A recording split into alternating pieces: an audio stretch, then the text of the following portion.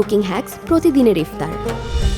এখন বানাচ্ছি গরুর মাংসের চপ। এর জন্য লাগবে গরুর মাংসের কিমা 250 গ্রাম, পেঁয়াজ কুচি পরিমাণ মতো কাঁচা মরিচ কুচি, আদা বাটা আধা চা চামচ, আধা চা চামচ রসুন বাটা, জিরা গুঁড়ো 1 চা চামচের 4 ভাগের 1 ভাগ, 1 চা চামচ সিরকা, বিট লবণ পরিমাণ মতো ধনিয়া পাতা কুচি, ডিম 1টি, 1 কাপ ময়দা, লবণ স্বাদ মতো এবং ভাজার জন্য তেল। প্রথমে একটি বাটিতে একে একে মাংসের কিমা, পেঁয়াজ কুচি, রসুন বাটা, আদা বাটা, জিরা গুঁড়ো, বিট লবণ, সিরকা, ময়দা, ডিম ও কাঁচামরিচ কুচি দিয়ে ভালো করে মেখে চপের আকৃতিতে বানিয়ে নিচ্ছি।